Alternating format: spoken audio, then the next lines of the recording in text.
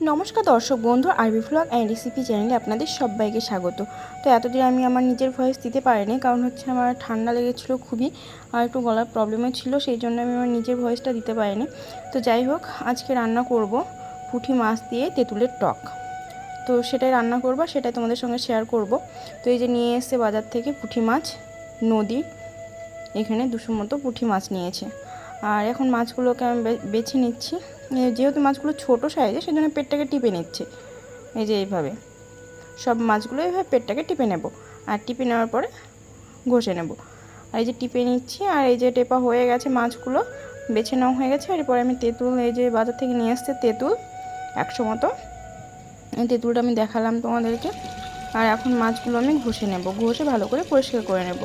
এই যে দেখতে পাচ্ছ, আর নদীর মাছের সঙ্গে তেঁতুলের টক খেতে অসাধারণ লাগে। একবার তোমরা বানিয়ে দেখবে বাড়িতে, তোমাদেরও খেতে কিন্তু খুবই ভালো লাগবে। তো যাই হোক, তেঁতুলগুলো এখন আমি কেটে নিচ্ছি, এই যে ছোটো ছোটো করে। কিন্তু এইভাবে কেটে নিতে হবে, খুব একটা ছোটো করতে হবে না। একটা তেঁতুলকে আমি তিন ভাগ মতো করবো এরকমভাবে। তো এইভাবে সব তেঁতুলগুলোকে আমি কেটে নেব। আর মাছগুলো তো আমি আগেই ধুয়ে ভালো করে পরিষ্কার করে রেখেছি। আর এখানে আমি নেব, তো তেঁতুলগুলো কাটা হয়ে গেছে। আর এখানে আমি বাটিতে নিয়েছি সর্ষে, সাদা সর্ষে, আর 4টে মতো লঙ্কা। তো তোমরা ঝালের পরিমাণটা নিজের মতো দেবে। তো আমি এখানে আমাদের বাড়িতে ঝালটা কম খাই, সেই জন্য আমি 4টে মতো লঙ্কা দিয়ে ভালো করে শিলনোড়ায় ভালো করে বেটে নিচ্ছি, সর্ষে আর লঙ্কা একসঙ্গে। তো বেটে নেওয়া হয়ে গেছে, এরপর আমি তুলে নিচ্ছি একটা পাত্রে।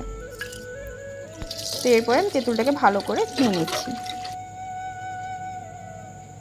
তেঁতুলটাকে ধুয়ে নেওয়া হয়ে গেছে, এরপরে মাছটার উপর আমি একটু লবণ আর একটু হলুদ ছিটিয়ে ভালো করে মাখিয়ে নেব।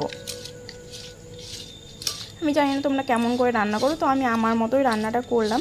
এটা আমি আমার শাশুড়ি মায়ের সঙ্গে শিখেছি। তো এই যে মাছ মাখানো হয়ে গেছে, তেঁতুল, তারপর সর্ষে আর লঙ্কা বাটা।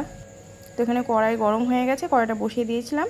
তো কড়াই তেল দিয়ে দিলাম, তেলটাও গরম হয়ে গেছে। এরপরে মাছটাকে দিয়ে দেবো তেলের মধ্যে। তো এখন মাছটাকে দিয়ে এপিট ওপিট করে ভালো করে একটু নাড়াচাড়া করে নিচ্ছি, মানে ঘেটে নাড়বো না, যেহেতু ছোটো ছোটো মাছ। তো এরপরে আমি যে বাটা মশলাটা রেখেছিলাম, সর্ষে বাটা, লঙ্কা বাটা, সেটা দেওয়ার পরে একটু লবণ দিয়ে দিলাম পরিমাণ মতো। এরপরে তেঁতুলগুলো কেটে রেখেছিলাম, সেগুলো আমি দিয়ে দিলাম। দেওয়ার পরে হলুদ ছিটিয়ে দিলাম, পরিমাণ মতো হলুদ দিয়ে ভালো করে তেঁতুল, মাছ একসঙ্গে আর মশলাটা একসঙ্গে একত্রে ভালো করে কষিয়ে নিয়ে জল দিয়ে দিলাম। আমাদের বাড়িতে যেদিনকে এই তেঁতুলের টক হয় মাছ দিয়ে, পুঁটি মাছ দিয়ে, সেদিন কিন্তু একটু চালটা বেশি লাগে। আর এটা কিন্তু সব শেষে খাই, আর এটা ভাত দিয়ে কিন্তু খেতে ভালো লাগে, শুধুও খেতেই ভালো লাগে, কিন্তু ভাত দিয়েও ভালো লাগে। তো এখন ফুটে গেছে, এই যে তেঁতুল আর মাছটাকে ভালো করে একটু 5 মিনিট মতো ফুটিয়ে নেব। তেঁতুলটাও সেদ্ধ হয়ে গেছে, মাছটাও সেদ্ধ হয়ে গেছে।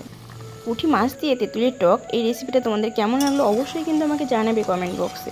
এরপরে দিয়ে দেবো জিরে গুঁড়ো। তো নামানোর আগে আমি জিরে গুঁড়োটা দিয়ে একটু ফুটিয়ে নেব, নাড়াচাড়া করে নেব। তো রান্নাটা হওয়ার মধ্যেই রান্নাটা হয়ে গেছে ঝটফট, দেখতেই পেলে। আর খুব সহজে কিন্তু এটা বাড়িতে তোমরাও বানিয়ে নিতে পারবে, তেঁতুল দিয়ে পুঁটি মাছের টক বা পুঁটি মাছ দিয়ে তেঁতুলের টক। যাই হোক, এটা খেতে কিন্তু অসাধারণ। আর এই পুঁটি মাছের টক দিয়ে কিন্তু এক থালা ভাত এক নিমেষে শেষ হয়ে যাবে। ছোট থেকে বড় কিন্তু সবারই এটা প্রিয়, খেতে কিন্তু অসাধারণ লাগে। এইভাবে রান্না করলে কিন্তু খুব সহজেই রান্নাটা হয়ে যায়। আজকের মতো ভিডিওটা আমি এখানেই শেষ করছি। সবাই ভালো থেকো এবং সুস্থ থেকো।